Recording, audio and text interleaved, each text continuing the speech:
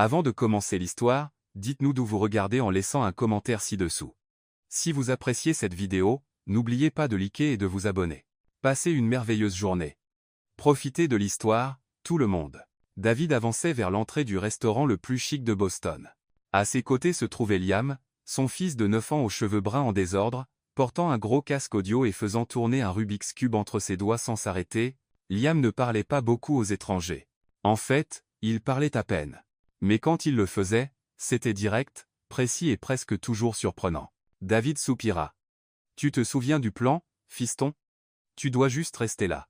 Si elle ne te plaît pas, on se lève et on part. » Liam hocha légèrement la tête sans quitter le cube des yeux. « Si elle ment, je le remarquerai, » dit-il calmement. David esquissa presque un sourire. C'était vrai. Liam avait une capacité incroyable à repérer les schémas dans le langage, le comportement et la logique. Depuis qu'il avait été diagnostiqué autiste à l'âge de 3 ans, les thérapeutes le qualifiaient d'hyperlogique. En d'autres termes, pas idéal pour les rendez-vous à l'aveugle. Ils traversèrent la salle à manger élégante et furent conduits à une table réservée à l'arrière. David regarda autour de lui avec un ennui presque automatique.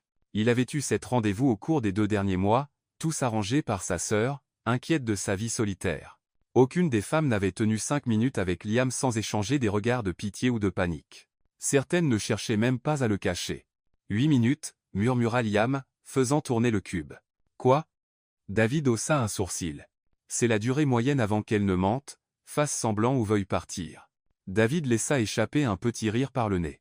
Peut-être qu'elle battra le record aujourd'hui.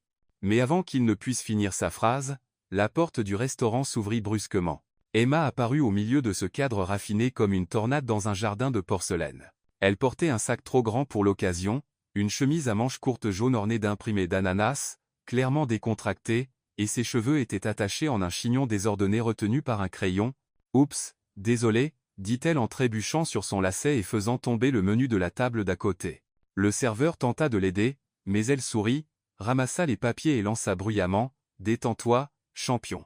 Ce n'est pas la première fois que je fais une scène, et ce ne sera pas la dernière. » Certains clients froncèrent les sourcils. D'autres firent semblant de ne rien voir. David resta figé, à la regarder. Mais Liam arrêta de faire tourner le Rubik's Cube. Emma s'approcha de leur table comme si elle n'avait pas renversé la moitié du restaurant. En arrivant, elle regardait d'abord Liam. Elle sourit, s'accroupit à sa hauteur et dit « Salut, tu dois être le juge ce soir, non? On dirait que c'est toi le patron, plus qu'il n'y paraît. » Liam la fixa pendant 3 secondes. « Quelle est la valeur de pi au carré ?» demanda-t-elle. David s'étouffa avec son eau. Emma cligna des yeux. « Ça dépend. Tu veux la réponse exacte ou une approximation? Parce que si c'est une approximation, je dirais 9. 869. Mais si tu veux tous les chiffres, donne-moi environ 20 minutes et une calculatrice. » Liam sourit. David resta sans voix. Emma se redressa et regarda David comme si rien ne s'était passé. « Tu dois être David. Désolé d'être en retard. La moitié du métro s'est arrêtée à cause d'un pigeon courageux. Et oui, j'ai pris le métro parce que ma voiture, ce sont mes pieds, et ils sont encore en crédit. » David cligna des yeux. « Tu es différente. On me l'a déjà dit, mais je promets de ne pas mordre, sauf si le petit pain est vraiment bon. » Elle attrapa un pain dans le panier et y mordit, sans cérémonie. Liam faisait maintenant tourner le cube plus vite.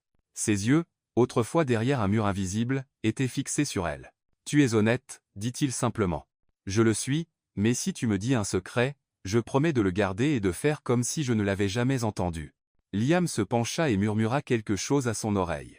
Les yeux d'Emma s'écarquillèrent, puis elle sourit. « J'aurais ses secrets. C'est le meilleur qu'on m'ait dit aujourd'hui. » David essaya de comprendre ce qui se passait.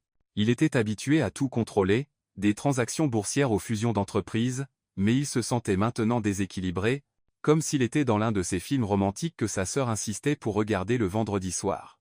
Sauf que dans ce cas, le scénario était impossible à prévoir. « Je peux commander des frites ?» demanda Emma, tenant toujours le menu fermé. « David Heshita. Ce n'est pas vraiment au menu. »« Parfait. J'aime défier les menus. » Elle fit un clin d'œil. David s'appuya contre le dossier de sa chaise. Liam arrêta de faire tourner le cube. Emma discuta avec le serveur comme si elle le connaissait depuis des années. Elle plaisanta sur les noms compliqués des plats et demanda si elle pouvait jeter un œil à la cuisine plus tard. Quand le serveur refusa, elle répondit « D'accord, mais seulement parce que je porte des talons aujourd'hui. » Liam rit, un rire léger, court, mais sincère. David se tourna lentement vers son fils, surpris. « Tu as ri ?» Liam hocha la tête. « Elle n'a pas peur de moi, et elle n'a pas pitié. Elle parle, c'est tout. » David regarda Emma. Elle essayait maintenant d'équilibrer une cuillère sur le bout de son nez. Ce n'était pas ce à quoi il s'attendait. Ce n'était pas ce qu'il voulait, mais, étrangement, c'était exactement ce dont il avait besoin. Le dîner se déroula d'une manière que David n'aurait jamais imaginé possible. Emma ne posa pas de questions sur son entreprise, ne mentionna pas sa fortune, et, pour l'amour de tout ce qui est sacré, ne dit rien comme « ça doit être difficile d'élever un enfant seul ». Au lieu de cela, elle mangea avec appétit, plaisanta sur le décor trop doré du restaurant et traita David comme une personne normale. « Sérieusement, qui a décidé que 15 fourchettes différentes étaient une bonne idée ?» dit-elle en brandissant l'un des ustensiles plus petits. « Genre, qu'est-ce qui se passe si j'utilise la fourchette à salade pour manger le dessert? La police des couverts vient m'arrêter ?» David tenta de garder son sérieux, mais les coins de sa bouche ne cessaient de se relever. Techniquement, c'est une question d'étiquette sociale. Oh, je vois. Emma prit la fourchette à dessert et coupa un morceau de salade. Voilà, maintenant je suis une rebelle culinaire. Liam, tu es mon témoin. Liam observait tout avec une intensité que David reconnaissait.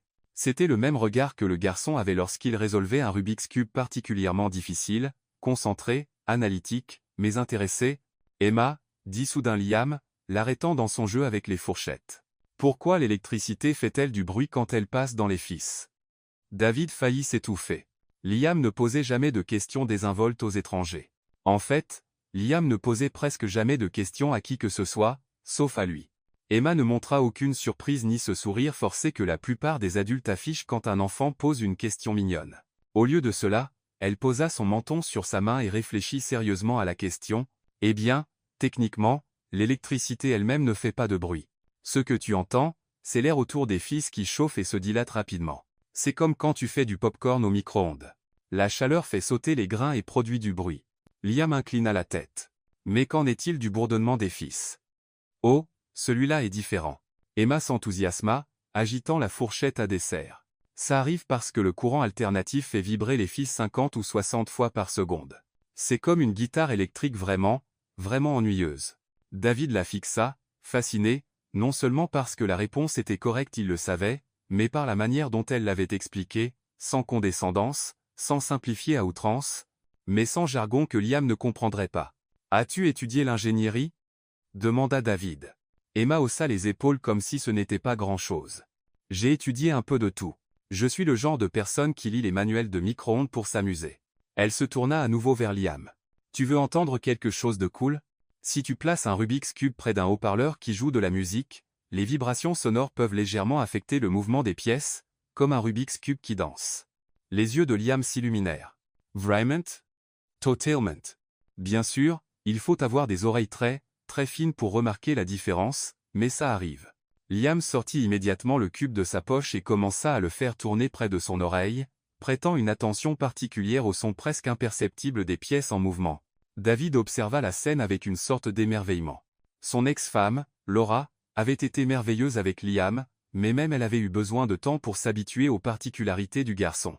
La plupart des gens se sentaient mal à l'aise face aux questions directes de Liam ou tentaient de répondre vaguement pour ne pas troubler l'enfant. Emma, en revanche, semblait sincèrement intéressée, comme si parler de physique avec un garçon de 9 ans était la chose la plus naturelle du monde. « Liam, » dit doucement David, « finis de manger avant que ton plat ne refroidisse. »« Il va bien, » interrompit Emma. « Laisse-le explorer. La nourriture, ça se réchauffe, mais la curiosité, c'est rare. » Et c'est à ce moment que David remarqua quelque chose qui le mit profondément mal à l'aise. Emma n'essayait pas de l'impressionner à travers Liam. Elle parlait vraiment au garçon. La différence était subtile, mais pour quelqu'un qui avait passé les 2 dernières années à être bombardé par des femmes prétendant s'intéresser à son fils pour impressionner le père, la différence était frappante. Le dîner continua sur ce rythme. Emma raconta des histoires hilarantes sur ses anciens emplois, allant d'un poste de caissière dans un magasin de bricolage où elle devait expliquer à un client que les vis n'ont pas de genre, à un travail dans un dîner, où le patron insistait pour qu'elle mémorise 50 sauces différentes pour les burgers. Et le type était là, genre, non, ce n'est pas la sauce spéciale numéro 7. C'est la sauce spéciale numéro 7, imita Emma d'une voix grave et dramatique, comme si le sort de l'humanité dépendait de ma capacité à distinguer la moutarde au miel de la moutarde artisanale. Liam rit à nouveau. David remarqua que le son devenait moins rare, moins hésitant. Quand le dessert arriva, un tiramisu trop sophistiqué qui coûtait probablement plus que ce qu'Emma gagnait en une journée, elle le regarda avec scepticisme. On dirait plus une sculpture que de la nourriture. J'ai peur de le toucher et de casser quelque chose d'important. Tu peux le manger, assura David. Ce n'est que du tiramisu. Que du tiramisu, dit-il. Emma secoua la tête en direction de Liam. Ton père est un peu déconnecté de la réalité, non? Liam y réfléchit sérieusement. Parfois, mais il essaie. David ne savait pas s'il devait être offensé ou touché par leur honnêteté brutale. Emma prit une grosse cuillerée de dessert et fit une grimace exagérée et dramatique. D'accord, je l'admets. C'est officiellement la meilleure chose que j'ai jamais mangée de ma vie. Elle se pencha vers Liam comme pour partager un secret. Mais ne dis pas ça au petit pain de ma boulangerie du coin. Il devient jaloux. Quand il fut enfin temps de partir, David s'attendait au rituel habituel, échanger les numéros, la suggestion de on devrait se revoir, le sourire plein d'espoir, qui signifiait qu'elle attendait qu'il fasse le premier pas. Au lieu de cela, Emma se leva, ajusta son sac sur son épaule et dit « Eh bien, c'était sympa de vous rencontrer tous les deux.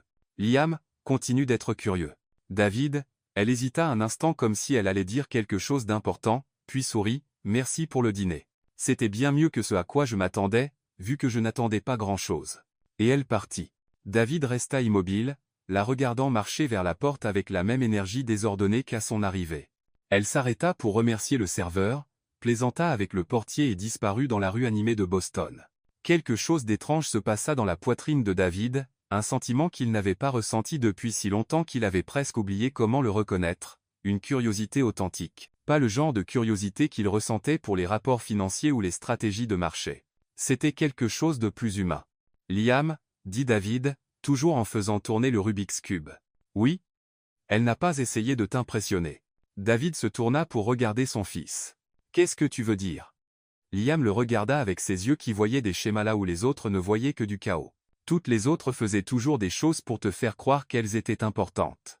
Elles posaient des questions sur l'argent ou disaient que j'étais spéciale d'une manière bizarre ou essayaient de paraître plus intelligente qu'elles ne l'étaient vraiment. Il arrêta de faire tourner le cube.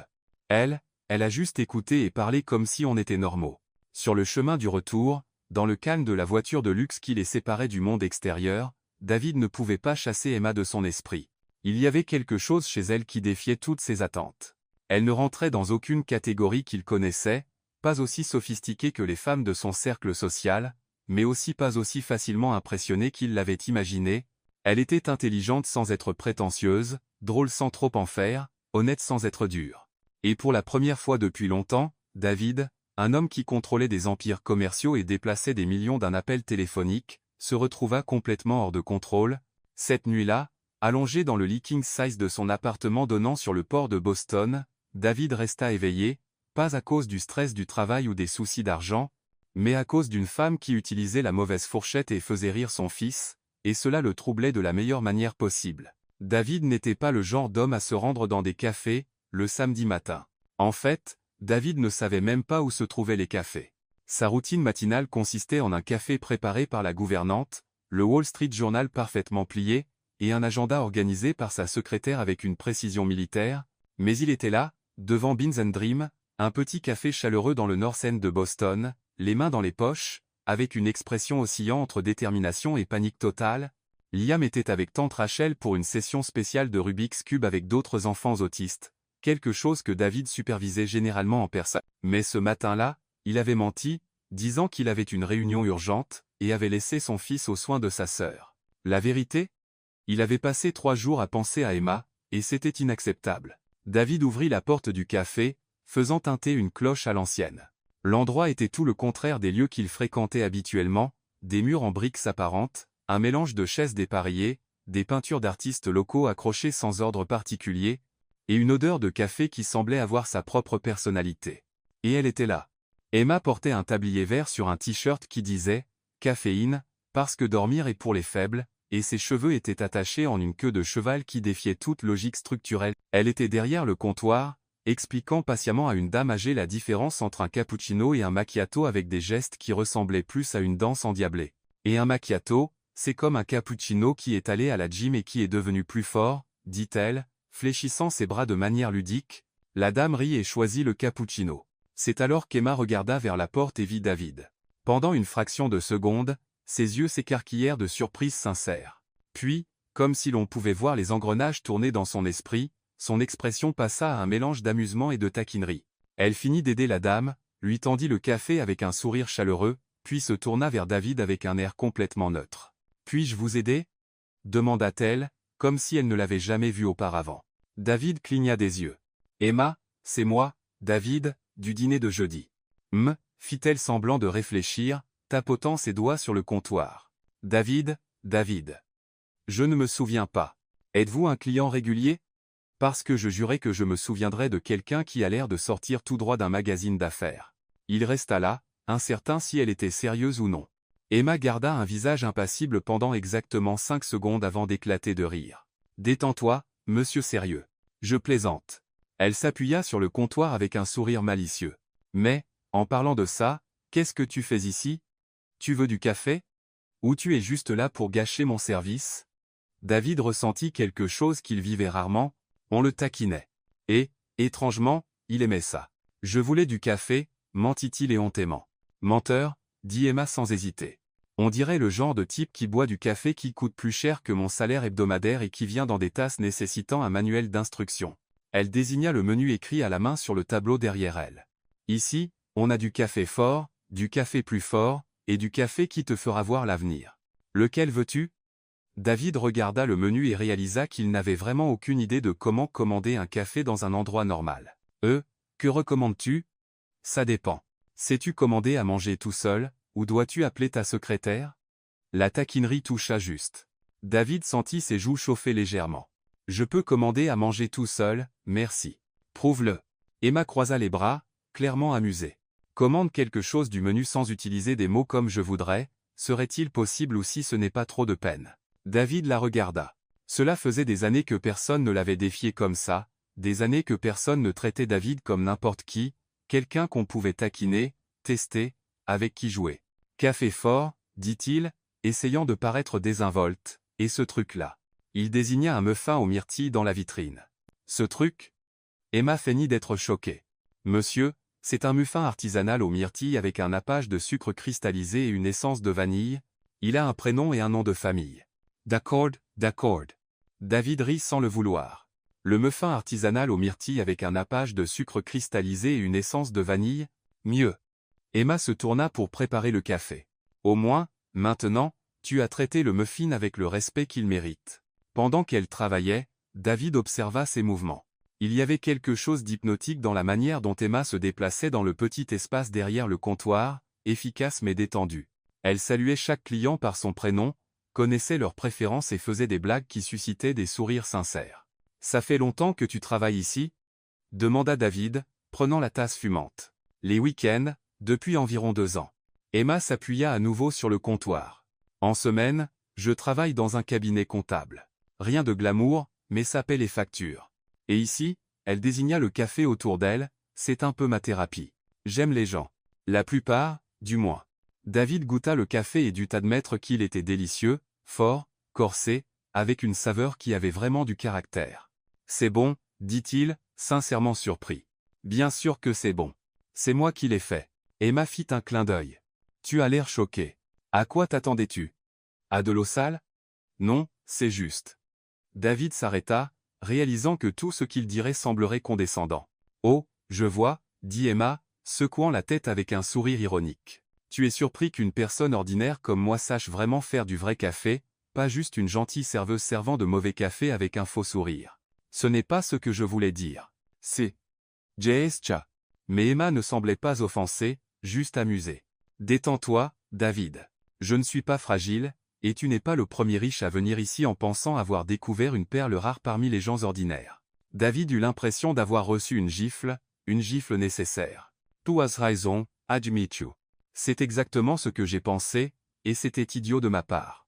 Emma cligna des yeux, visiblement surprise par une telle honnêteté. D'accord. Des points pour assumer au lieu de trouver des excuses. Ils restèrent silencieux un moment, mais ce n'était pas inconfortable. C'était plus comme s'ils se redécouvraient mutuellement. Alors, pourquoi es-tu vraiment venu ici ? Demanda finalement Emma. David Heshita. La vérité était qu'il n'avait pas de réponse rationnelle. Il avait passé 3 jours à essayer de chasser Emma de son esprit et avait échoué lamentablement. Il avait pensé à la manière dont elle avait fait rire Liam, à comment elle n'avait pas essayé de l'impressionner, à comment elle les traitait tous les deux comme des gens normaux. « Je ne sais pas, dit-il honnêtement. Je suppose que je voulais mieux te comprendre. » « Comprendre quoi ?» Emma inclina la tête. « Je ne suis pas si compliqué. Travail, payer les factures, regarder de mauvaises séries sur Netflix, manger de la pizza froide au petit déjeuner. Mystère résolu. David Sorrit. Puis-je te raccompagner chez toi quand ton service sera fini? Je peux prendre le métro, merci. Je sais que tu peux, mais puis-je quand même te raccompagner? Emma l'étudia longuement. Pourquoi? Parce que j'aimerais parler davantage avec toi. À propos de quoi? De comment tu connais autant de physique? Pourquoi tu as 2 emplois? Pourquoi tu n'as pas essayé de m'impressionner au dîner? De tout. Emma mordilla sa lèvre inférieure, réfléchissant. Mon service finit dans 1 heure. J'attendrai. Tu vas rester ici à boire du café et me regarder comme un stalker bien habillé si je te laisse faire? Et Marie. D'accord, mais tu devras supporter que je travaille. Et attention, je suis bien plus drôle avec les autres clients qu'avec toi. David s'installa à une petite table dans un coin, et passa l'heure suivante à regarder Emma travailler. Elle n'avait pas menti. Elle était drôle, chaleureuse et naturelle avec tout le monde. Mais David remarqua autre chose. Elle se souciait vraiment des gens. Elle se souvenait des noms, demandait des nouvelles des enfants et des animaux, écoutait les plaintes sur le travail avec une patience sincère. Quand son service se termina enfin, Emma sortit de derrière le comptoir, enlevant son tablier. « D'accord, monsieur Patience, on y va. » Dans la voiture, une BMW discrète que David avait choisie plutôt qu'une limousine. Emma donna des indications pour un quartier que David n'avait jamais visité. Des rues plus étroites, des bâtiments plus anciens, la vie se déroulant sur les trottoirs. Ici, dit-elle quand ils arrivèrent devant un immeuble de 3 étages, David leva les yeux. L'immeuble était vieux, mais bien entretenu. Il y avait des pots de fleurs sur les rebords des fenêtres, des cordes à linge tendues entre les bâtiments, et des sons de vie provenant des fenêtres ouvertes. « Merci pour le trajet, » dit Emma, la main déjà sur la poignée de la porte. Emma appela David avant qu'elle ne parte. « Oui? Puis-je te revoir ?» Emma sourit, et cette fois, il n'y avait pas de taquinerie, juste quelque chose de doux et sincère. « Tu sais où me trouver le week-end. » Elle sortit de la voiture et marcha vers la porte de l'immeuble. David la regarda monter les marches et faire un signe de la main avant de disparaître à l'intérieur. Il resta là quelques minutes, regardant l'immeuble. À travers les fenêtres ouvertes, il pouvait voir de petits aperçus de vie. Une famille en train de dîner, une femme arrosant des plantes, des enfants jouant. C'était simple, réel, complètement différent du monde de verre et d'acier dans lequel David vivait. Et pour la première fois depuis des années, il se demanda s'il n'y avait pas quelque chose de précieux dans cette simplicité. David fixa le téléphone sur son bureau pendant 15 minutes avant de composer enfin le numéro. Il avait obtenu le numéro d'Emma par le café, une conversation désinvolte avec le gérant à propos d'un client qui avait oublié quelque chose le samedi. Le téléphone sonna 3 fois avant qu'elle ne réponde. « Bonjour, Emma. C'est David. On est pause. » Puis, avec ce ton joueur qu'il commençait à associer à elle, « David, PDG milliardaire, m'appelle. Ouah. Je dois être en problème. Qu'est-ce qui se passe? J'ai oublié de payer le café? » David rit sans le vouloir. « En fait, je voulais t'inviter. Liam a une foire scientifique demain soir. On aimerait que tu viennes. » Liam a spécifiquement demandé que je vienne? Eh bien, David hésita, il a demandé si tu viendrais. Et quand j'ai dit que je n'étais pas sûr, il a dit que je devrais te demander. Oh, je vois. Donc c'était l'idée de Liam. C'était aussi la mienne, ajouta rapidement David. J'aimerais que tu viennes. Il y eut un silence à l'autre bout, et David se demanda s'il avait été trop direct. A que yeure? Demanda infinem. Sept heures. Je peux venir te chercher. Pas besoin. Je trouverai comment y aller. Quelle est l'adresse? David lui donna l'adresse de l'académie de Brooklyn, essayant de ne pas laisser transparaître le soulagement dans sa voix. Emma. Oui? Merci d'avoir dit oui. Ne me remercie pas encore. Tu ne sais pas comment je me comporte lors des événements scolaires.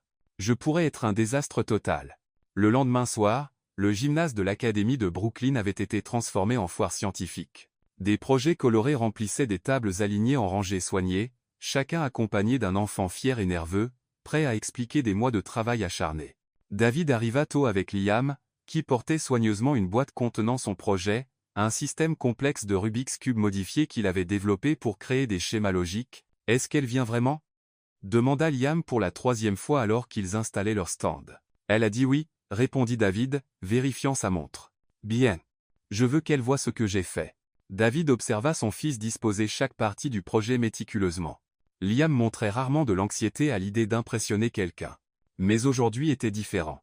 Il y avait une énergie pleine d'espoir en lui. David reconnut bien la même énergie qu'il ressentait en présence d'Emma. À 19h15, David repéra Emma traversant le gymnase. Elle portait une jupe bleu marine et un chemisier blanc simple. Mais il y avait quelque chose dans sa manière de bouger, confiante, curieuse, sincèrement intéressée par ce qu'elle voyait, qui la faisait se démarquer. Emma. Liam agita la main avec enthousiasme. Elle s'approcha avec un sourire éclatant et un sac en papier à la main. Liam, tu es tellement élégant, dit-elle, s'accroupissant à sa hauteur. Et ça doit être le projet mystérieux sur lequel tu as travaillé. Liam rayonnait presque de fierté. C'est un système de logique combinatoire utilisant des Rubik's Cube comme interface. Tu veux voir comment ça fonctionne? Vraiment. David observa Emma se pencher sur le projet avec une attention sincère. Ses questions étaient intelligentes et précises. Elle comprenait vraiment ce que Liam avait créé. Donc, tu as développé une manière de programmer des schémas en utilisant des combinaisons de couleurs? Demanda-t-elle, examinant les cubes modifiés. Exactement. Chaque séquence représente une commande différente. C'est comme du code binaire, mais avec 6 variables au lieu de 2. Liam, c'est brillant, dit Emma. Et David pouvait dire qu'elle n'était pas juste polie. Tu as créé un tout nouveau langage de programmation. L'événement se déroula naturellement. Emma se déplaçait dans le gymnase comme si elle y appartenait, discutant avec d'autres enfants de volcans de bicarbonate de soude et de modèles du système solaire. Avec les parents, elle était tout aussi à l'aise, ni intimidée par l'argent évident de certains, ni cherchant à impressionner qui que ce soit. David l'observa interagir avec Elizabeth Thornton, l'épouse d'un sénateur bien connu, et nota comment Emma parvenait à être respectueuse sans être soumise, intéressée sans être fausse. « Votre fils est exceptionnel », dit Elizabeth à David alors qu'Emma s'éloignait pour aider une petite fille avec son projet sur les plantes carnivores. Et Emma est rafraîchissante. David hocha la tête, regardant Emma transformer un projet sur les plantes carnivores en une présentation hilarante qui attira enfants et adultes. Les plantes sont en gros des détectives végétaux, expliqua Emma avec un sérieux théâtral. Elles posent des pièges, attendent patiemment, et puis, surprise, le dîner est servi. La petite fille rit, les adultes sourirent, et le projet devint l'une des attractions les plus populaires de la foire. Alors que la foule commençait à se disperser et que Liam était occupé à expliquer des détails techniques à un groupe d'enseignants impressionnés, David et Emma se retrouvèrent relativement seuls près des gradins du gymnase. « Liam est un vrai succès, » dit Emma, observant ses gestes animés. « Il est né pour ça. Il t'aime, » dit David. « Et ce n'est pas courant. » Emma se tourna pour lui faire face. « Pourquoi parles-tu comme si Liam était difficile à aimer? C'est un gamin incroyable qui voit le monde d'une manière unique. Ça devrait être célébré. » David Heishito. Il y avait quelque chose dans la franchise d'Emma qui lui donnait envie d'être tout aussi honnête. La plupart des gens ne comprennent pas ça. Ils pensent que Liam est un défi, ou ils ont pitié de lui, ou pensent que je suis un héros pour l'élever seul. Emma termina avec ironie. Comment le savais-tu? Parce que j'ai été de l'autre côté de cette équation. David fronça les sourcils, perplexe. Emma resta silencieuse un moment, regardant les lumières douces du gymnase se refléter sur les gradins vides. « J'étais étudiante en ingénierie à MIT, dit-elle enfin, sa voix plus douce que d'habitude. 2e année, bourse complète, excellente note. J'avais un stage de recherche en robotique médicale et de grands projets pour révolutionner les prothèses pour enfants. » David la fixa, assimilant tout cela. « Que s'est-il passé? » Ma mère est tombée malade. Alzheimer à début précoce. Emma esquissa un sorrire triste. Mon père est mort quand j'avais 6 ans, donc il n'y avait que nous deux. Au début, c'était de petits oublis, du thé, les noms des voisins, mais ensuite, elle a commencé à se perdre, à laisser la cuisinière allumée, à ne pas me reconnaître certains matins. David sentit son cœur se serrer. J'ai essayé d'équilibrer les études et les soins, mais, Emma secoua la tête. Elle avait besoin d'une attention constante, et je ne pouvais pas me permettre de payer pour de l'aide, alors j'ai tout abandonné. Les études, le stage, le petit ami, les rêves, tout. Pendant combien de temps? 4 ans. Jusqu'à son décès. Emma regarda ses mains. Quand ça s'est terminé, j'avais 26 ans. Pas de diplôme, pas d'expérience professionnelle, rien. 4 ans de retard dans un domaine qui change tous les 6 mois. David regarda Emma comme s'il la voyait pour la première fois, vraiment la voyait. Pas seulement la femme drôle qui le taquinait, mais quelqu'un qui avait tout abandonné pour sa famille. Tu n'as jamais pensé à reprendre? Tous les jours, dit Emma. Mais reprendre signifiait repartir de zéro, et repartir de zéro signifiait ne pas avoir d'argent pour vivre tout en étudiant. C'est une impasse. Emma. David s'approcha sans y penser. Non. Elle l'interrompit, sentant la pitié dans son ton. Je ne veux pas de ta sympathie. J'ai fait ce que je devais faire. Je ne le regrette pas. Je me demande juste parfois qui je serais si j'avais eu le choix. David la regarda, voyant des couches de force et de vulnérabilité qu'il n'avait pas remarquées auparavant. Tu es extraordinaire, dit-il, les mots lui échappant sans réfléchir. Emma parut surprise. Je ne le suis pas. C'est, Toulas, tu as abandonné tes rêves pour ta mère. Tu vois Liam pour qui il est vraiment. Tu traites les gens comme des gens, pas comme des statuts sociaux, Toulas. David se pencha pour l'embrasser. Emma posa sa main sur son torse, l'arrêtant doucement. David, non. Pourquoi? Emma l'étudia avec des yeux qui semblaient voir à travers les masques. Parce que tu es habitué à ce que les gens acceptent tout ce que tu offres, quand et comme tu l'offres. Sa voix était douce mais ferme. Je ne suis pas comme ça. Si ça doit arriver, ce sera quand nous saurons tous les deux exactement ce que nous faisons. David recula, respectant son espace. Tu as raison. Je le suis généralement, dit Emma avec un petit sourire. Quand ils allèrent chercher Liam, ils le trouvèrent en train de ranger soigneusement son projet, une médaille de première place brillant autour de son cou. Emma, j'ai gagné. Liam courut vers elle, rayonnant. Bien sûr que tu as gagné. Tu es un génie. Dans le parking, Liam s'approcha d'Emma, tenant quelque chose. Je l'ai fait pour toi, dit-il, lui tendant un Rubik's Cube modifié avec une note pliée collée sur un côté. Emma déplia la note et lut à voix haute. Tu es différente. C'est bien. Elle regarda Liam, les yeux brillants. Liam, c'est le cadeau le plus spécial que j'ai jamais reçu. Liam sourit, l'un de ces rares sourires qui illuminaient tout son visage. Quand tu le résoudras, tu comprendras pourquoi tu es importante pour nous. Emma serra Liam rapidement dans ses bras, rangeant le cube comme s'il était précieux. David les observa, sentant quelque chose changer profondément en lui. Pour la première fois, il se demanda si contrôler tout était vraiment aussi important qu'il le pensait. Le lundi suivant la foire scientifique, Emma organisait des livres rendus à la bibliothèque publique de Boston lorsqu'elle entendit une voix familière derrière elle. « Excusez-moi, pourriez-vous m'indiquer où se trouve la section cuisine ?» Emma se tourna lentement, trouvant David debout entre les rayonnages avec une expression essayant de sembler désinvolte mais échouant lamentablement. « Laisse-moi deviner, » dit-elle, posant une main sur sa hanche. « Tu t'es réveillé aujourd'hui avec une envie inexplicable d'apprendre à cuisiner, et par pure coïncidence, tu as choisi la bibliothèque exacte où je travaille en semaine. » David rougit légèrement. « J'ai vraiment besoin d'apprendre à cuisiner. Liam en a marre des plats à emporter. » Ouhou. Emma n'y croyait pas, mais il y avait quelque chose de drôle dans sa tentative maladroite. « Et tu n'as pas pu simplement acheter un livre de cuisine dans une librairie parce que... » « Parce que je voulais te voir. » L'honnêteté désarma complètement Emma. Elle s'attendait à ce qu'il invente plus d'excuses, pas qu'il l'admette si directement. « Eh bien, au moins tu es honnête quand on te coince, » dit-elle, pointant dans une direction. La section cuisine est par là. Les livres pour débutants sont sur l'étagère du bas. David la suivit, mais au lieu de prendre un livre, il se contenta de regarder Emma travailler. Elle organisait, tamponnait, aidait les gens à trouver ce dont ils avaient besoin, tout cela avec une efficacité naturelle qu'il trouvait presque hypnotique. « Tu ne vas pas choisir un livre ?» demanda Emma sans le regarder. « Je pèse mes options. Tu me regardes. Il y a une différence. » David rit doucement.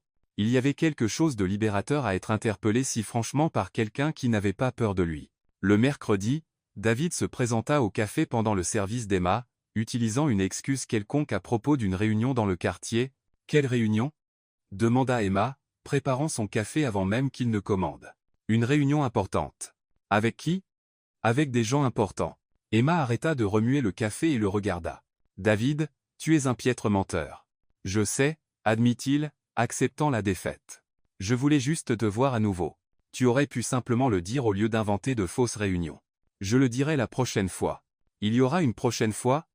David la regarda un moment. « J'espère bien. » Le vendredi, David se présenta au marché où Emma faisait ses courses.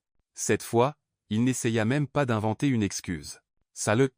dit-il simplement. « Salut !» répondit Emma, essayant de cacher un sourire. « Tu suis ma routine maintenant ?»« Être un peu. C'est un peu du harcèlement, tu sais. »« Je sais. Tu veux que j'arrête ?» Emma réfléchit à la question tout, en choisissant des tomates. Non, dit-elle enfin. Mais la prochaine fois, viens avant les légumes. Je passe toujours plus de temps à choisir les fruits. À ce moment-là, Liam apparut de derrière une pile de céréales. Emma. Il courut vers elle.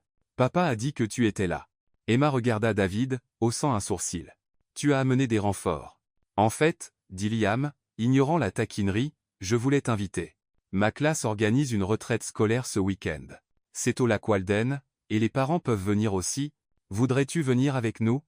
Emma cligna des yeux, surprise. Liam, c'est très gentil de ta part, mais c'est un événement familial. Tu es de la famille, dit Liam avec sa franchise habituelle. Pas encore officiellement, mais tu l'es. David retint, sans souffler. Liam, c'est vrai. Insista le garçon. Two lambs, el thème et el même. Ce sont tous les ingrédients nécessaires pour faire une vraie famille. Emma regarda entre le père et le fils, clairement touchée par la logique innocente de Liam. Es-tu sûr de vouloir que je sois là? Je le suis, dit Liam. Et papa aussi, même s'il est trop nerveux pour l'admettre. David soupira. Il n'a pas tort. Emma sourit, un sourire différent, plus doux et plus vulnérable que tous ceux que David avait vus auparavant. D'accord, y viendrai. Le lac Walden en automne ressemblait à une carte postale. Les arbres vêtus de rouge et d'or se reflétaient dans l'eau calme, et l'air avait cette fraîcheur qui donnait envie de respirer plus profondément. La retraite se tenait dans un vieux lodge en bois avec des cabanes dispersées autour de la propriété. Les enfants participaient à des activités pendant la journée tandis que les parents pouvaient se détendre ou rejoindre des ateliers facultatifs. David avait réservé 2 cabanes, une pour lui et Liam, et une autre pour Emma. Mais Liam, avec sa logique affûtée, remit immédiatement le plan en question. Pourquoi 2 cabanes? Emma pourrait rester avec nous. Il y a 2 chambres. Parce que, David chercha une bonne explication pour un garçon de 9 ans, c'est poli. Poli envers qui? Demanda Liam. Tu as dormi sur notre canapé. Quand ta sœur est venue la semaine dernière. Quelle est la différence? Emma rit de la conversation, clairement amusée par l'inconfort de David. Lion a raison, dit-elle. Mais je vais quand même rester dans ma cabane. J'aime avoir mon propre espace. Pendant la journée, ils rejoignirent les activités avec les autres familles. Emma s'intégra naturellement, aidant avec les jeux, participant à la randonnée sur le sentier, et faisant rire les enfants pendant le déjeuner au bord du lac. David l'observa interagir avec tout le monde, enfants, parents, organisateurs, et nota qu'elle avait un don pour mettre les gens à l'aise. Ce n'était pas forcé ni calculé. C'était juste elle. Le soir, après que Liam se fut endormi, épuisé par les activités de la journée, David trouva Emma assise seule près du feu de camp que les organisateurs avaient allumé au centre du camp. La plupart des autres familles étaient déjà rentrées dans leur cabane. « Ça ne te dérange pas si je me joins à toi » demanda-t-elle. Bin Soa. David s'assit sur une des chaises en bois à côté d'elle. Le feu crépitait doucement, envoyant occasionnellement des étincelles dans le ciel étoilé. « Merci d'être venu, dit-il après quelques minutes de silence confortable. Merci de m'avoir invité. Enfin, à Liam de m'avoir invité. C'était aussi mon idée, dit rapidement David. Je ne savais juste pas comment demander. Emma se tourna pour lui faire face. Pourquoi est-il si difficile pour toi de dire ce que tu veux? La question prit David au dépourvu. Il pensa à plusieurs réponses, à propos de la responsabilité, d'être PDG, de s'occuper de Liam, mais elles sonnaient toutes comme des excuses parce qu'il s'arrêta, essayant de trouver les bons mots, parce que ça fait longtemps que je n'ai pas voulu quelque chose qui ne concernait pas le travail ou prendre soin de Liam, et je ne sais pas comment gérer ça. Gérer quoi exactement? David la regarda. La lumière du feu dansait sur son visage, projetant des ombres douces qui la rendaient encore plus belle. Toi, dit-il enfin. Je ne sais pas comment gérer ce que je ressens pour toi. Emma resta silencieuse un moment. Et que ressens-tu? David ouvrit la bouche pour répondre, mais aucun mot ne sortit. Il y avait tant de choses qu'il voulait dire, à propos de comment elle faisait sourire Liam, comment elle le traitait comme une personne normale, comment il pensait à elle chaque matin en se réveillant, mais les mots restaient coincés dans sa gorge. Il essaya encore mais s'arrêta. Emma le regarda lutter pendant quelques secondes, puis se leva. David pensa qu'elle partait, mais au lieu de cela, elle s'approcha et s'agenouilla à côté de sa chaise. « Tu penses trop, » dit-elle doucement. Et puis elle l'embrassa. Ce n'était pas un baiser dramatique ou passionné comme dans les films. C'était calme, intentionnel, doux, comme si elle disait tout ce qu'il ne pouvait pas mettre en mots. Quand ils se séparèrent, David la regarda avec surprise et quelque chose comme du soulagement. « J'ai pensé que tu avais besoin d'un petit coup de pouce, » dit Emma avec un petit sourire. David commença à rire, pas un rire poli et contrôlé, mais quelque chose de réel et de libérateur, venant d'un endroit qu'il avait oublié exister. Depuis combien de temps planifiais-tu ça? Demanda Théil. Depuis que tu es apparu à la bibliothèque en prétendant vouloir apprendre à cuisiner. Je veux vraiment apprendre à cuisiner. Je sais. C'est une des choses que j'aime chez toi. David sourit, sentant comme si un poids qu'il portait depuis des années s'était soudain levé. Emma. Ouais? Merci pour le coup de pouce. Elle embrassa légèrement son front, puis se rassit sur sa chaise. Quand tu veux. Ils restèrent là jusqu'à ce que le feu se réduise à des braises, parlant de tout et de rien. Et David réalisa que, pour la première fois depuis longtemps, il ne pensait pas à l'avenir ni ne s'inquiétait du passé. Il était juste présent, là avec elle, et c'était plus que suffisant. Le lundi après leur week-end au lac Walden, David était déterminé à faire d'Emma une partie plus officielle de sa vie. Ce baiser près du feu avait changé quelque chose de profond entre eux, et il voulait qu'elle voie son monde au-delà des rencontres fortuites dans les cafés et les bibliothèques. La première étape fut un événement caritatif au Four Seasons.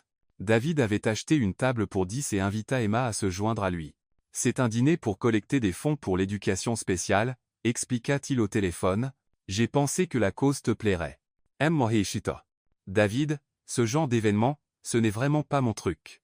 Ce sera amusant, insista Théil. Et toi imeras les gens. Ils sont tous impliqués dans des causes importantes. Le samedi soir, quand David arriva pour la chercher, Emma portait une robe noire simple qu'elle avait achetée pour l'occasion. Elle était magnifique, mais David remarqua quelque chose de différent dans sa manière de bouger. Elle semblait moins détendue, plus consciente d'elle-même. Tu es magnifique, dit-il, lui offrant son bras. Merci, et merci pour les chaussures, dit-elle, faisant référence aux escarpins noirs que David lui avait envoyés avec une note disant que c'était un cadeau, pas un prêt. La salle de bal du Four Seasons était exactement ce qu'Emma avait craint, grandiose, formelle, et pleine de gens qui semblaient être nés en smoking et robe de soirée. Les invités déambulaient avec des flûtes de champagne, parlant doucement d'investissement, de maisons d'été à Martha's Vineyard, et d'événements sociaux encore plus exclusifs. David saluait des connaissances, présentant Emma comme une amie spéciale. Elle souriait, serrait des mains et essayait de participer aux conversations, mais David pouvait sentir sa tension grandir à chaque interaction. Emma travaille à la bibliothèque publique, disait David, essayant de l'inclure. Comme c'est intéressant, venait la réponse habituelle dans un ton qui signifiait le contraire. Ça doit être gratifiant de travailler avec des livres. Les conversations suivaient des schémas prévisibles. Travailler dans des bibliothèques était considéré comme noble, mais bientôt le sujet dérivait vers des choses qu'Emma ne pouvait pas suivre. Les fonds d'investissement, les politiques internes des entreprises, les potins sur des gens qu'elle ne connaissait pas. Pendant le dîner, Emma se retrouva assise entre Patricia Langston, associée principale du cabinet d'avocats représentant Griffin Enterprises, et Michael Bennett, propriétaire d'une chaîne d'hôtels de luxe. Alors, Emma, dit Patricia en coupant délicatement son saumon grillé, comment vous et David vous êtes-vous rencontrés? Un rendez-vous à l'aveugle, répondit honnêtement Emma. Organisé par sa sœur. Comme c'est romantique, dit Patricia avec un sourire qui n'atteignait pas ses yeux. Et où travaillez-vous encore? À la bibliothèque publique de Boston, et je travaille dans un café le week-end. 2 emplois, commenta Michael. Ça doit être difficile. Il y avait quelque chose dans son ton qui faisait qu'Emma se sentait comme un spécimen sous un microscope. Elle réalisa que les gens n'étaient pas vraiment intéressés par ses réponses. Ils la catégorisaient, la jugeaient, déterminaient où elle se situait dans leur hiérarchie sociale. David essayait de l'inclure, orientant la conversation vers des sujets où Emma pouvait contribuer, mais c'était comme essayer de forcer une pièce de puzzle au mauvais endroit. Ça ne collait pas. Emma connaît beaucoup de choses en ingénierie, dit David à un moment où la conversation tourna vers la technologie. Comme c'est intéressant, dit Patricia. Avez-vous étudié l'ingénierie? J'ai commencé à MIT, mais je n'ai pas terminé, répondit Emma. Oh! L'intérêt de Patricia disparut instantanément. Yeah voice. C'est pendant le dessert qu'Emma entendit le commentaire qui changea tout. Elle s'était levée pour aller aux toilettes et passa près de la table où Patricia parlait avec 2 autres femmes. Elle n'avait pas l'intention d'écouter, mais le nom de David attira son attention. David a toujours eu un faible pour les projets caritatifs, disait Patricia. D'abord cette école pour enfants à besoins spéciaux, maintenant il se présente avec une bibliothécaire. Au moins, cette fois, il ne mélange pas sa vie personnelle avec la philanthropie de manière aussi évidente. Elle semble gentille, dit l'une des autres femmes. Oh, je suis sûr qu'elle l'est. Le ton de Patricia était condescendant. C'est juste que... Eh bien, David doit penser à ce qui est le mieux pour Liam aussi. Cet enfant a besoin de stabilité, pas d'expérience sociale. Emma eut l'impression d'avoir reçu un coup de poing dans l'estomac. Expérience sociale, projet caritatif, les mots résonnaient dans son esprit alors qu'elle retournait à la table. Quand David lui demanda si elle allait bien, Emma marmonna quelque chose à propos d'un mal de tête.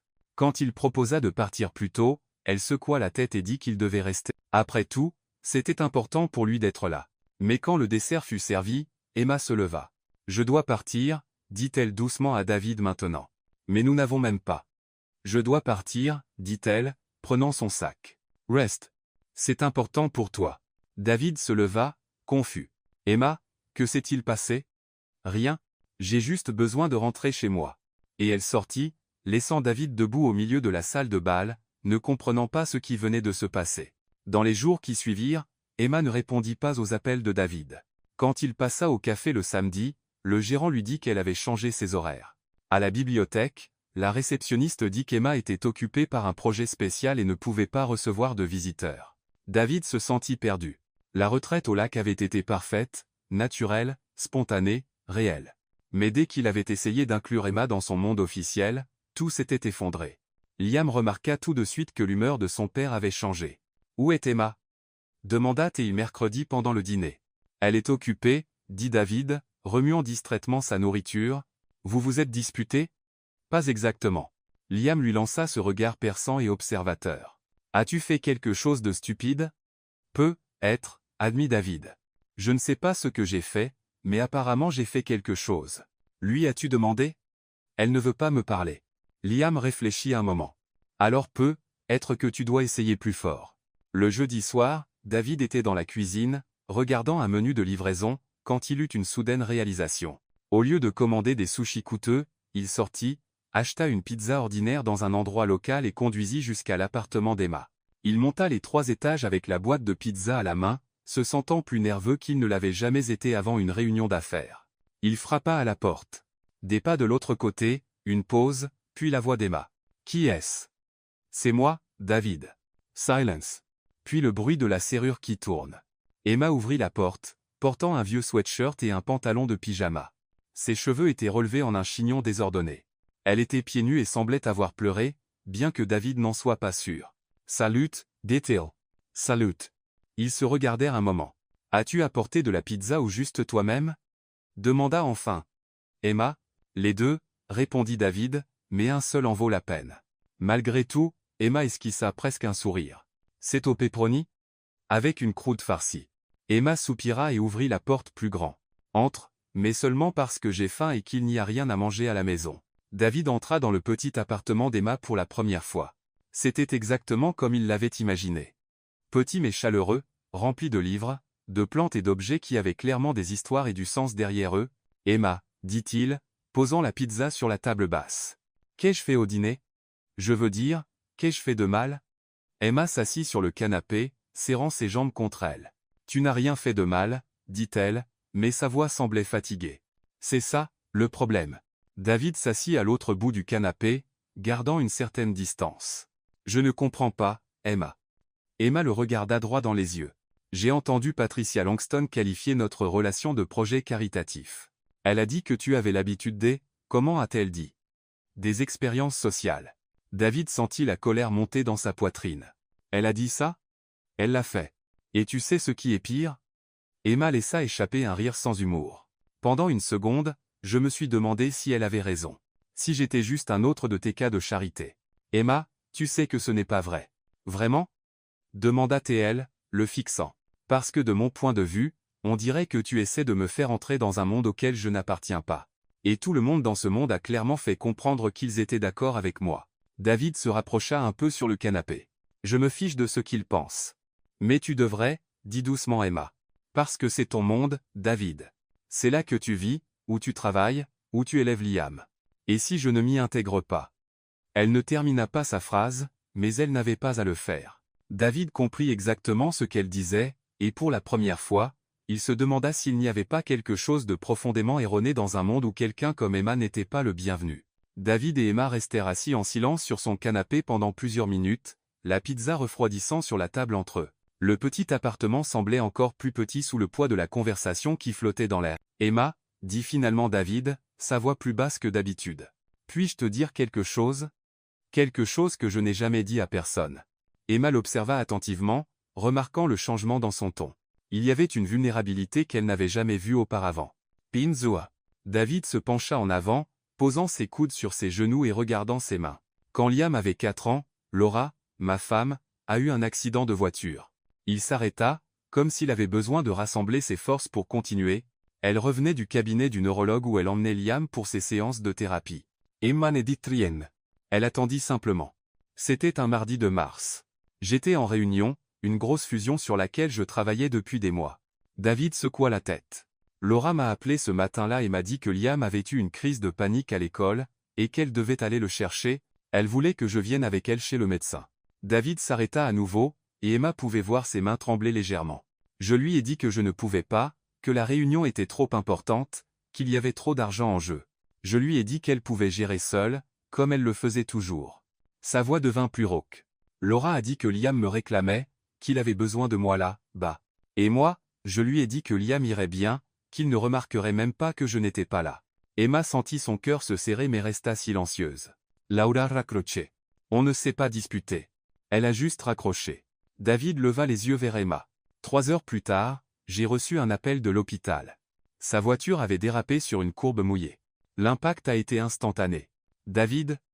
Mais ce n'est pas tout. Il continua, comme s'il devait tout dire d'un coup où il ne pourrait pas finir. Quand je suis arrivé à l'hôpital, Liam était encore sur la banquette arrière. Il allait bien physiquement, mais... David déglutit difficilement. Il est resté dans cette voiture avec le corps de Laura à l'avant pendant 6 heures. 6 heures jusqu'à ce que quelqu'un les trouve. Emma porta sa main à sa bouche, horrifiée. Liam n'a pas parlé pendant 2 mois après ça. Il ne mangeait pas, dormait à peine, ne répondait à rien. Le médecin a dit que c'était un traumatisme. David regarda Emma droit dans les yeux. Et je savais que c'était ma faute. Si j'étais allé avec eux, si j'avais été dans la voiture, peut-être. David, non, interrompit doucement Emma. Tu ne peux pas savoir ça. Mais je le sais, dit-il fermement. Parce que Laura conduisait toujours plus lentement quand j'étais dans la voiture. Elle disait que je la rendais nerveuse quand elle allait trop vite. Si j'avais été là, elle aurait conduit plus lentement, aurait arrêté au premier signe de route mouillée, sa voix se brisa. Emma se rapprocha un peu sur le canapé mais ne le toucha pas encore. Qu'a dit Liam quand il a recommencé à parler? David esquissa un sourire triste. La première chose qu'il a demandé, c'était « Où est maman ?» Et quand je lui ai expliqué qu'elle était partie et ne reviendrait pas, il a dit « Pourquoi n'es-tu pas allé avec elle ?» David ferma les yeux. Je ne savais pas quoi dire. Et tu as porté cette culpabilité depuis. Chaque jour. David, regarde enfin Emma. J'ai fermé la porte après ça. J'ai arrêté de me soucier de quoi que ce soit qui n'était pas le travail ou Liam. J'ai arrêté de faire confiance à mon jugement sur les relations, sur ce qui compte vraiment, parce que clairement, j'ai échoué quand ça comptait le plus. Emma resta silencieuse un long moment, assimilant tout cela. C'est pour ça que tu as peur, dit-elle enfin. Ce n'est pas la peur d'aimer à nouveau. C'est la peur d'échouer à nouveau. David hocha la tête.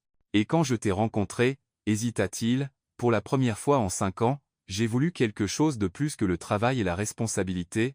Je te voulais. Je voulais que tu fasses partie de nos vies. Mais tu ne sais pas comment faire ça sans risquer de blesser les gens que tu aimes. Exactement. David se tourna pour lui faire face complètement. Et ce soir, quand j'ai vu comment tu te sentais à ce dîner, comment ils t'ont fait sentir, j'ai réalisé que peut-être j'échoue déjà à nouveau. Peut-être que j'essaie de te pousser dans un monde qui va juste te blesser. Emma l'étudia longuement.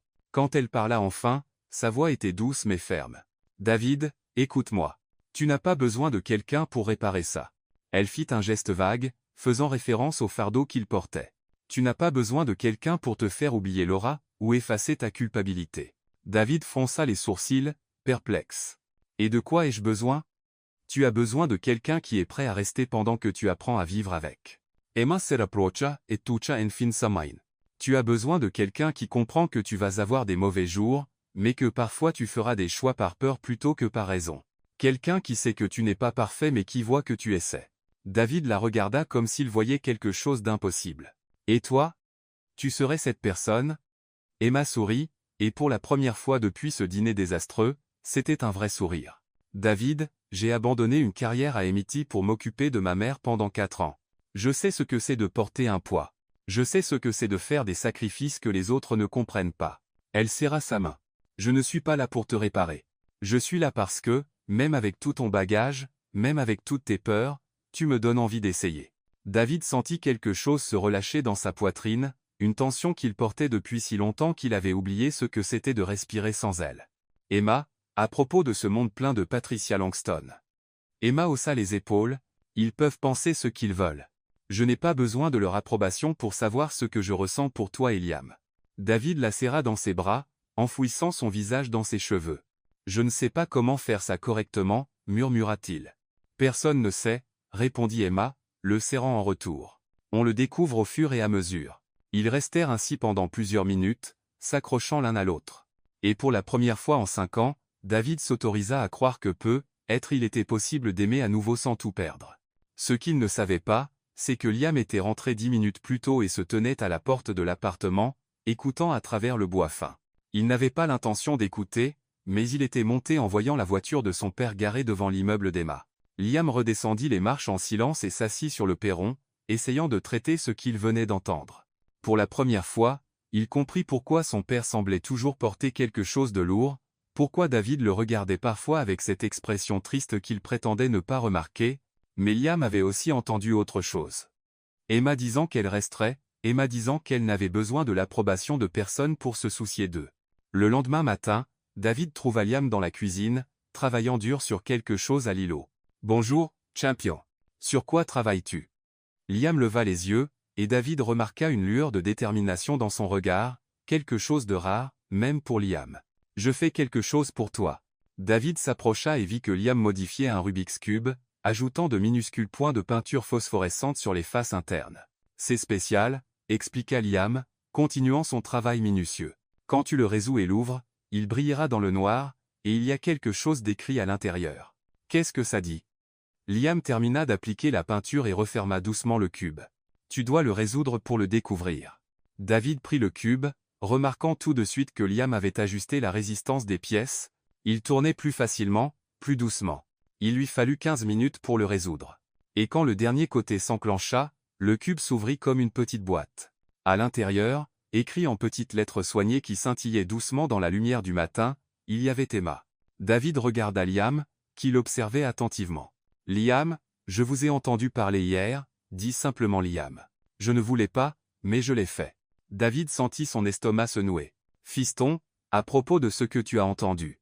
Ce n'est pas ta faute, » coupa Liam avec la logique claire et directe qui lui était si typique. « Maman est morte à cause de la pluie et de la courbe, pas à cause de toi. » David sentit ses yeux brûler. « Liam. Et Emma est différente, » continua Liam. « Elle ne prétend pas que je suis normal, mais elle ne prétend pas non plus que je suis cassé. Elle m'accepte, c'est tout. » Liam s'approcha et toucha le cube dans la main de son père. « Ne la perds pas. Papa. Les gens comme Emma sont rares. » David baissa les yeux sur le cube doucement lumineux dans ses mains, puis sur son fils, si jeune mais si sage. « Tu as raison, » dit-il enfin, « surtout. » Liam sourit, l'un de ces rares sourires qui illuminaient tout son visage. « Je le suis toujours. C'est prouvé statistiquement. » Et pour la première fois depuis la mort de Laura, David rit à propos de quelque chose du passé sans se sentir coupable. Peut-être, enfin, était-il temps d'arrêter de porter tout le poids seul. 2 semaines après cette conversation dans l'appartement d'Emma, David fit quelque chose qu'il n'avait jamais fait en 42 ans, il poussa un chariot de course. « Es-tu sûr de savoir ce que tu fais » demanda Emma, regardant David étudier une liste manuscrite comme s'il s'agissait d'un rapport financier complexe. « J'ai un MBA de Harvard, » dit David, fronçant les sourcils devant l'écriture de Liam. « Je pense que je peux déchiffrer une liste de courses. » « Ouh. Et ce mot, qu'est-ce qu'il dit ? Celui que tu fixes depuis 5 minutes ?» David inclina le papier sur le côté. « Les. Ou peut être Luc. » L'écriture de Liam est un peu. Et Marie et se pencha pour regarder. Définitivement du lait. Et là, dessous, ça dit pas ovnis. J'allais dire mentit David, sans vergogne. Ils étaient au Whole Foods à Cambridge un samedi matin, entourés de familles faisant leurs courses hebdomadaires, de jeunes couples choisissant des ingrédients pour des dîners romantiques, et de retraités débattant des marques de céréales. David se sentait complètement hors de son élément, mais d'une étrange manière, cela semblait libérateur. « D'accord, article suivant, » dit Emma, prenant la liste. « Ingrédients pour une lasagne qui n'est pas surgelée. » Elle le regarda. « Liam est très précis. Il a dit qu'il voulait m'apprendre à cuisiner quelque chose qui ne vient pas d'une boîte prête pour le micro-ondes. Malin, ce gamin. Ils passèrent 40 minutes dans le magasin, avec Emma expliquant la différence entre la ricotta et le cottage, aidant David à choisir des tomates juste parfaites, et lui apprenant à vérifier si les œufs étaient fêlés. « Tu n'as jamais fait de vraies courses avant, n'est-ce pas ?» demanda Emma pendant que David examinait une tête de laitue comme s'il s'agissait d'un document juridique. « J'ai une gouvernante qui s'occupe habituellement de ça, admit-il. Ou plutôt, j'avais. Je l'ai licenciée la semaine dernière. » Emma s'arrêta de marcher. « Tu as licencié ta gouvernante ?» Liam a dit qu'il voulait apprendre à cuisiner avec moi, et j'ai pensé que, si nous allions être une vraie famille, il était être temps de commencer à agir comme tel. Le mot famille resta suspendu dans l'air entre eux. C'était la première fois que David l'utilisait si directement, si intentionnellement. « David, je sais qu'il est trop tôt pour parler de ça, » dit-il rapidement. « Mais je veux que tu saches que ce n'est pas temporaire pour moi. » « Tu n'es pas temporaire. » Emma sourit et toucha légèrement son bras. « Ce n'est pas temporaire pour moi non plus. » Le mercredi suivant, David se présenta à l'école de Liam pour une réunion parents-professeurs, quelque chose qu'il déléguait habituellement à son assistante ou qu'il sautait complètement. L'enseignante, Madame Peterson, sembla sincèrement surprise de le voir. « Monsieur Griffin, quelle belle surprise. Je ne m'attendais pas. »« Désolé d'avoir manqué les autres réunions, » dit David. « Je veux être plus impliqué dans l'éducation de Liam. » Pendant la réunion, David apprit des choses sur son fils qu'il ignorait. Liam avait lancé un programme de tutorat pour les enfants plus jeunes en difficulté avec les mathématiques. Il avait écrit un court guide intitulé « Comment comprendre les gens qui pensent différemment pour ses camarades de classe ?» et il avait demandé à faire un projet final sur les familles non traditionnelles. « Liam est un enfant remarquable, » dit Madame Peterson. « Mais puis-je demander, il mentionne beaucoup quelqu'un nommé Emma ces derniers temps. Il dit qu'elle lui apprend sur les schémas de comportement émotionnel. » David Sorrit. Emma est une personne très importante dans nos vies maintenant. Je suis ravi de l'entendre. Liam semble plus ouvert ces derniers temps, moins anxieux. Il est évident que quelque chose de positif se passe à la maison. Le samedi, David essaya de préparer la lasagne promise. Emma avait accepté de superviser le processus, ce qui signifiait en gros qu'elle était assise sur le comptoir de la cuisine, faisant des commentaires légers pendant que David faisait tout le travail. « D'accord, étape suivante, » dit David, lisant la recette que Liam avait imprimée depuis Internet. « Faire revenir l'oignon jusqu'à ce qu'il soit translucide. » Qu'est-ce que ça veut même dire? Les oignons ne se transforment pas en verre. Ça veut dire mou et doré, expliqua Emma, balançant ses jambes depuis le comptoir. Tu le sauras quand tu le verras. C'est trop vague pour quelqu'un habitué à travailler avec des tableurs. Bienvenue dans la cuisine, où tout ne peut pas être mesuré en pourcentage. Liam observait depuis un tabouret à proximité, offrant occasionnellement des commentaires techniques comme « La poêle devrait être à environ 175 degrés Celsius, et tu remues à une fréquence sous-optimale. » La lasagne sortit légèrement brûlée sur les bords, et la sauce était un peu trop salée, mais quand ils s'assirent pour manger, David ressentit quelque chose qu'il n'avait pas ressenti depuis des années, de la fierté pour quelque chose qu'il avait fait de ses propres mains. « C'est bon, » dit Liam diplomatiquement. « C'est génial, » corrigea Emma, pour une première tentative. « Vous mentez tous les deux, » dit David, mais il souriait. « C'est vrai, » admet Emma. « Mais c'est un mensonge gentil, et la prochaine sera meilleure. »« La prochaine ? » Bien sûr. Maintenant, tu es un homme qui cuisine. On ne revient pas en arrière. Le jeudi suivant, David était au bureau quand Liam appela avec une urgence inhabituelle dans la voix. « Papa, j'ai besoin que tu rentres à la maison maintenant. »« Liam. Qu'est-ce qui ne va pas? Tu vas bien? » « Je vais bien. Juste, il faut que tu viennes et que tu amènes Emma. Dis-lui de venir aussi. »« Fiston, j'ai une réunion. »« Papa », la voix de Liam devint plus sérieuse, « Combien de réunions as-tu eu dans ta vie? Combien de surprises ai-je déjà planifiées? » David marqua une pause. Liam avait raison. En 9 ans, le garçon n'avait jamais demandé quelque chose comme ça. « Tu as raison. J'arrive. » David appela Emma, qui travaillait à la bibliothèque. « Liam veut qu'on rentre tous les deux à la maison maintenant. Il dit que c'est urgent. Il va bien? » On dirait. Il est juste mystérieux. Quand ils arrivèrent à l'appartement, ils trouvèrent Liam portant un tablier, ou avait-il même trouvé un tablier, et la table à manger dressée avec des assiettes, des verres et des serviettes soigneusement pliées. « Surprise, » dit Liam fièrement. David regarda autour de lui. La table était dressée pour 3. Il y avait des bougies, fausses, pour la sécurité, au centre, et une musique instrumentale douce jouée en fond. « Liam, c'est incroyable, mais qu'est-ce qu'il y a pour le dîner ?» Liam pointa fièrement le comptoir de la cuisine, où 3 pizzas surgelées sortaient tout juste du four. Pizza 3 saveurs. Et j'ai fait le dessert. Le dessert était des biscuits achetés en magasin, mais Liam les avait joliment disposés sur une assiette et avait écrit bienvenue dans la famille avec du glaçage sur des serviettes en papier. Liam. Emma posa sa main sur son cœur. Vous cuisinez toujours ensemble. Vous faites toujours des choses ensemble. Je voulais faire quelque chose pour vous. Liam Heishita. Et je voulais que vous sachiez que j'aime la manière dont notre famille se forme. David sentit une boule dans sa gorge. Fiston, je sais que maman n'est plus là, continua Liam avec son ton honnête habituel. Et je sais qu'Emma n'essaie pas de la remplacer, mais c'est agréable d'avoir quelqu'un qui comprend nos blagues et qui ne devient pas gêné quand j'explique trop. Emma s'agenouilla pour être à la hauteur de Liam. Liam, merci. C'est le dîner le plus spécial que j'ai jamais eu. Ils mangèrent de la pizza et des biscuits, parlèrent du projet scientifique de Liam, et rirent quand Emma essaya d'apprendre à David comment plier correctement les serviettes. Après le dîner, ils passèrent au salon. David mit un film que Liam avait choisi, une comédie sur le thème de la science qui était plus éducative que drôle, mais tout le monde fit semblant de l'adorer. Emma, dit David quand Liam alla aux toilettes, voudrais-tu rester pour la nuit? Emma le regarda. David, es-tu sûr? Je le suis. Pas comme une invitée, comme une famille. Emma sourit. Oui, j'aimerais rester. Quand Liam revint, il trouva David et Emma partageant le canapé avec un espace clair réservé pour lui au milieu. Sans hésiter, il se blottit entre eux et tira une couverture sur eux trois. Ce film est statistiquement inexact, marmonna Liam, se blottissant contre David. C'est pourquoi c'est de la fiction, répondit Emma, caressant doucement les cheveux du garçon. Puis-je poser une question, dit Liam d'une voix ensommeillée. Bien sûr, dit David. Est-ce qu'Emma va rester définitivement maintenant? David et Emma se regardèrent par-dessus la tête de Liam. Si elle le veut, dit David doucement. Je le veux, répondit Emma. Liam laissa échapper un soupir satisfait.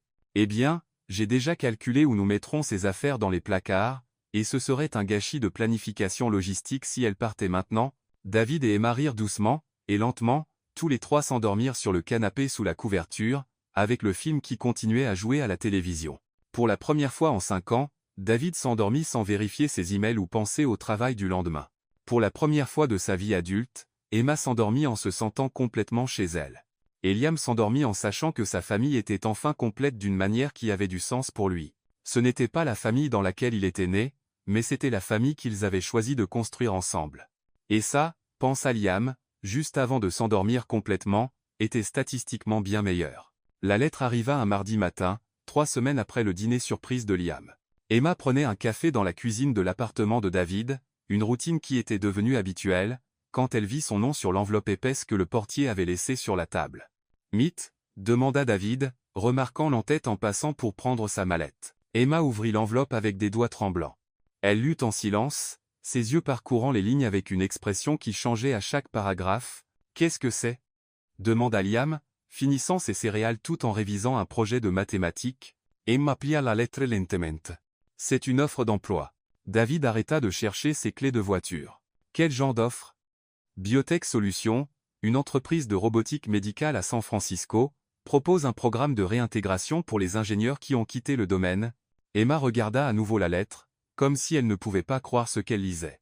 Ils offrent 6 mois de formation intensive, un salaire pendant le programme, et ensuite un poste permanent pour développer des prothèses pour enfants. La cuisine devint silencieuse. San Francisco, répéta David, sa voix soigneusement neutre. C'est exactement ce que j'ai toujours voulu faire, dit Emma, presque dans un murmure. La robotique médicale pour les enfants. C'est littéralement mon rêve. Liam arrêta de manger et regarda entre les deux adultes, son expression soudainement prudente. Vas-tu l'accepter? Demanda David. Mohishita. Je ne sais pas. J'ai besoin d'y réfléchir. David hocha la tête de manière rigide. Bien sûr, c'est une grosse décision. Mais Emma pouvait voir la tension dans ses épaules, la manière dont il évitait de la regarder directement. David, je dois aller au bureau, dit-il, prenant sa mallette. Liam, est-ce qu'Emma t'emmène à l'école aujourd'hui, papa? Commença Liam. Je vous verrai ce soir, interrompit rapidement David, embrassant le front de Liam et sortant sans regarder Emma. Pendant les 3 jours suivants, la lettre resta sur la table de la cuisine comme une bombe non explosée. David se plongea dans le travail, partant tôt et rentrant tard. Emma essaya de lui parler plusieurs fois, mais il changeait de sujet ou trouvait des excuses pour quitter la pièce. Liam observait tout cela avec une anxiété croissante qui commençait à se manifester physiquement. Il recommença à faire tourner son Rubik's Cube de manière obsessionnelle et à énumérer les nombres premiers à voix haute chaque fois qu'il était nerveux. Le vendredi soir, Emma confronta enfin David quand il rentra à 22 heures. « Il faut qu'on parle, dit-elle, bloquant l'entrée de la cuisine. « De quoi ?» demanda David, essayant de passer devant elle. « De comment tu m'as évité pendant 3 jours. »« Je n'évite personne. J'ai juste été occupé. »« David. » Emma croisa les bras. « On a promis d'être honnêtes l'un envers l'autre. » David s'arrêta et la regarda enfin. Il y avait quelque chose de sauvage dans ses yeux, quelque chose qu'Emma reconnut comme une panique à peine dissimulée. « D'accord, tu veux de l'honnêteté, dit-il. J'ai peur. On vient de t'offrir la chance de tes rêves, et je sais que je devrais être heureux pour toi, mais tout ce à quoi je pense, c'est que tu vas partir, Emma. Et être que c'est mieux ainsi, continua-t-il, les mots se déversant. Être qu'on se berce d'illusions. Tu viens juste de commencer à changer ta vie, et je viens juste de commencer à me retrouver après avoir été perdu si longtemps. Être qu'on est à des endroits trop différents pour que ça marche. Emma le fixa, choquée. Crois-tu vraiment ça? Je ne sais pas ce que je crois, admit David. Je sais juste que je ne peux pas revivre ça. Je ne peux pas me permettre d'avoir besoin de quelqu'un et ensuite de le perdre. Donc, tu abandonnes? Demanda Emma, sa voix montant. Avant même qu'on sache si je dois partir, tu abandonnes déjà. Je n'abandonne pas. Je suis réaliste. Non, tu es lâche. Liam apparut à la porte de la cuisine en pyjama, le Rubik's Cube tournant rapidement dans ses mains. Arrêtez, dit-il, la voix tendue. S'il vous plaît, arrêtez de crier. David et Emma se tournèrent vers lui, instantanément honteux. Liam. Fiston. Mais Liam avait commencé à se balancer légèrement, signe que son anxiété montait dangereusement. Vous allez vous séparer, dit-il, sa voix devenant plus aiguë. Emma va partir, et tu vas être triste à nouveau, et tout va revenir comme avant. Et moi? Liam arrêta de parler mais continua de se balancer. Le cube tournait si vite qu'il faisait du bruit. Liam, dit doucement Emma, se rapprochant. Respire avec moi, d'accord? Respirons ensemble. Mais Liam glissait vers une crise d'anxiété complète. David s'agenouilla à côté de lui. Fiston, tout va bien. On est là. Ce n'est pas bien, explosa enfin Liam. Vous vous disputez pour une lettre. Une lettre. Et maintenant Emma va partir parce que tu as peur. Et je vais la perdre. Et je vais te perdre aussi, parce que tu vas redevenir triste et distant comme quand maman est morte. Les mots de Liam tranchèrent l'air comme des couteaux. David et Emma se regardèrent par-dessus la tête du garçon, voyant clairement tous les deux comment leur dispute affectait l'enfant qu'ils aimaient tous les deux. Liam, dit doucement Emma, s'asseyant par terre à côté de lui. Regarde-moi. On va régler ça, d'accord? Je ne partirai pas sans qu'on ait tout discuté. Tu promets? Demanda Liam, les yeux brillants de larmes non versées. Je promets. David aida Liam à se calmer, et après 20 minutes, le garçon accepta enfin d'aller se coucher. Emma et David restèrent assis en silence dans le couloir devant sa chambre jusqu'à ce qu'ils soient sûrs qu'il dormait. Il faut qu'on parle, murmura Emma. Ils sortirent sur le balcon de l'appartement où ils pouvaient parler sans réveiller Liam. J'ai tout gâché, dit immédiatement David. Liam avait raison.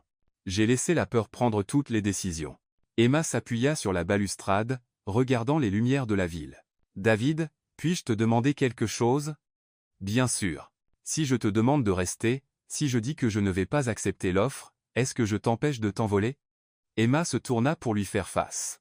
Quoi? C'est la question que tu devrais me poser. Si tu restes à cause de moi, à cause de nous, est-ce que je t'empêche de t'envoler? Emma l'étudia longuement. David, quand j'ai reçu cette lettre, la première chose à laquelle j'ai pensé n'était pas enfin, ma grande chance. C'était, comment vais-je le dire à David et Liam? Elle esquissa un petit sourire. Il y a 6 mois, cette offre aurait été la réponse à toutes mes prières. Mais, maintenant. Maintenant j'ai une famille. Yetaitoi. J'ai Liam. J'ai une vie qu'on a construite ensemble. Emma s'approcha à lui. Si je reste, ce n'est pas parce que tu me l'as demandé. C'est parce que je choisis de rester. Parce que cette vie qu'on a vaut plus que n'importe quel emploi de rêve. David la regarda, peinant à croire ce qu'il entendait. Mais c'est ta chance. David, dit Emma, posant ses mains sur son visage. Il y a plusieurs façons de suivre un rêve. Être que je peux trouver un moyen de travailler dans la robotique médicale ici à Boston. Être que je peux retourner à l'école tout en gardant la vie qu'on a.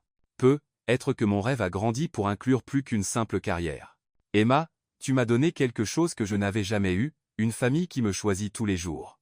Et Liam m'a donné quelque chose dont je ne savais même pas que j'avais besoin, un but plus grand que le succès professionnel. Elle sourit. Je n'abandonne pas ça pour une chance qui pourrait revenir. Peut être même en mieux la prochaine fois. David la serra fort dans ses bras.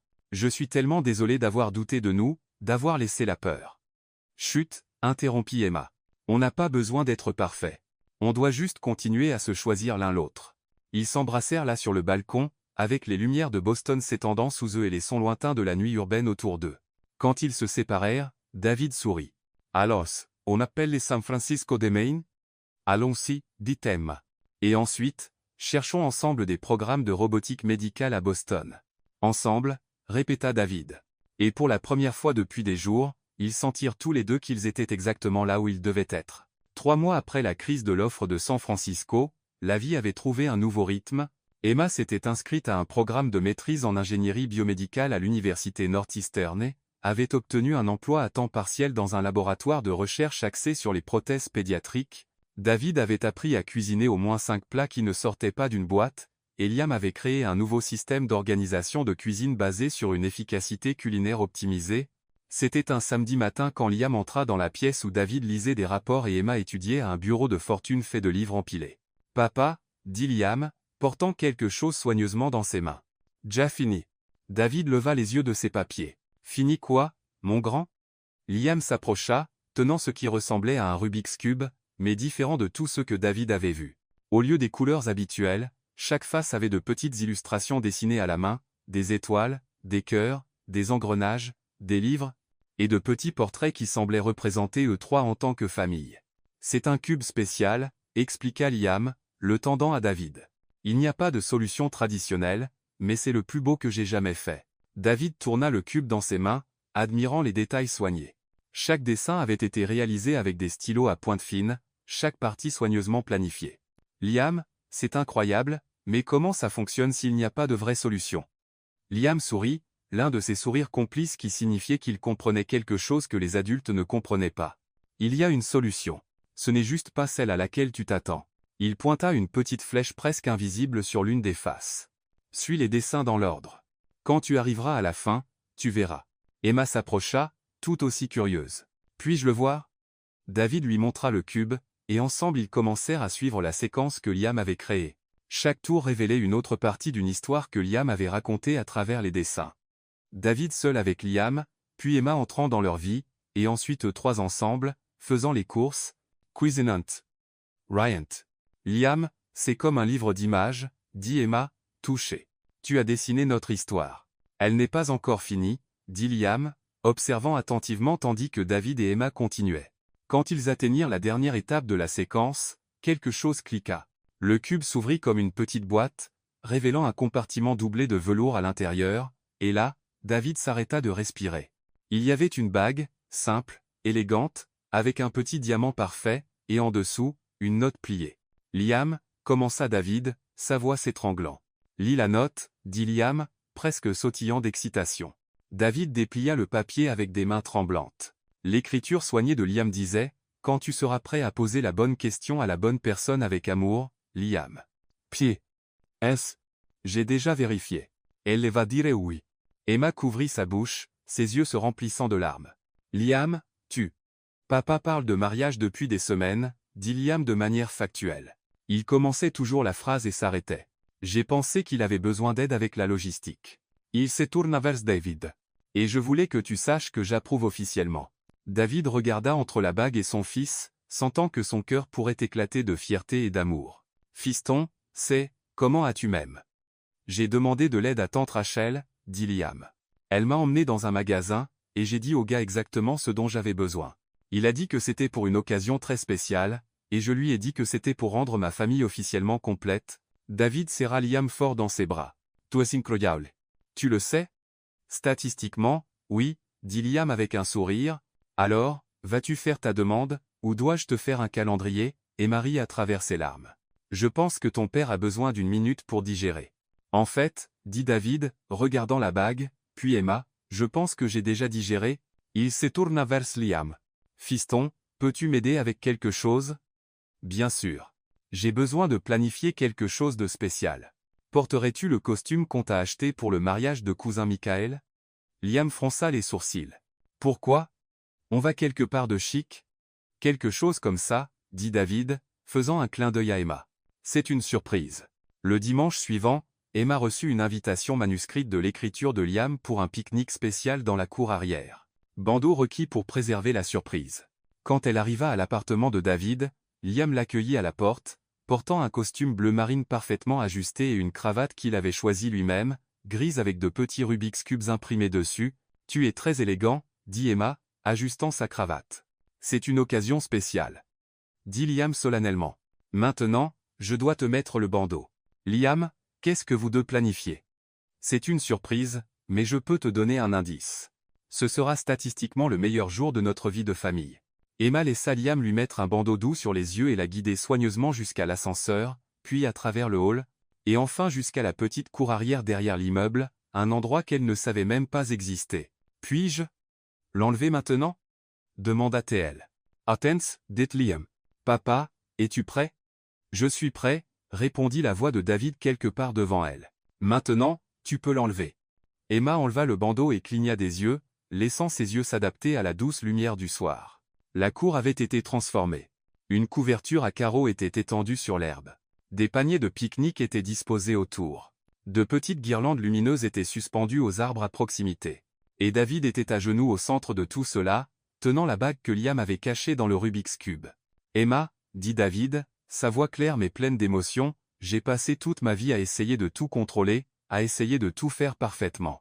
Mais tu m'as appris que les meilleures choses dans la vie arrivent quand on arrête d'essayer de tout contrôler et qu'on commence simplement à vivre. » Emma porta ses mains à sa poitrine, des larmes coulant déjà sur son visage. « Je veux rater la cuisson des pâtes avec toi, » continua David. « Je veux commander les mauvais plats dans des restaurants chics. Je veux des jours qui n'ont aucun sens mais qui semblent justes parce qu'ils sont avec toi. Je veux construire une famille désordonnée, parfaite, complètement à nous. » Il tendit la bague. « Emma, veux-tu m'épouser? Veux-tu nous épouser? » Emma regarda David, à genoux dans l'herbe, puis Liam, qui sautillait presque d'excitation, et ensuite de nouveau David. Au lieu de répondre avec des mots, elle se pencha et embrassa David, un long baiser doux plein de promesses. Quand ils se séparèrent, elle murmura contre ses lèvres. « Oui, résolvons ce cube à notre manière. » Liam poussa un cri de joie probablement entendu à 3 pâtés de maison. « Ça veut dire oui !» cria-t-il. « Je le savais. » Les probabilités étaient totalement en notre faveur. David glissa la bague au doigt d'Emma, et tous les trois s'enlacèrent là sur l'herbe, riant et pleurant à la fois. 6 mois plus tard, par une nuit pluvieuse de mercredi, tous les trois étaient assis sur le canapé à regarder des dessins animés. Emma portait un vieux t-shirt David et des chaussettes dépareillées. David était en pantalon de survêtement avec des taches de sauce tomate sur son t-shirt parce qu'ils avaient essayé, et échoué spectaculairement, de faire une pizza maison. Liam était en pyjama couvert de petites planètes, blottis entre eux. À la télévision, un dessin animé idiot sur des animaux parlants jouait, et Liam expliquait sérieusement pourquoi la physique dans l'épisode n'avait aucun sens. « Les tortues ne peuvent pas courir à 60 000 par heure, dit-il. Sérieusement, c'est biologiquement impossible. La structure de leur carapace ne le permettrait pas. » Liam, interrompit Emma en riant, c'est un dessin animé. Tu peux relâcher sur la science. Mais l'exactitude factuelle est toujours importante, même dans la fiction. David les observait, sa femme expliquant patiemment à leur fils pourquoi les dessins animés n'avaient pas à suivre les lois de la physique, tous les trois blottis sous une couverture jusqu'au nez, du pop-corn renversé sur le canapé, l'appartement en désordre mais plein de vie.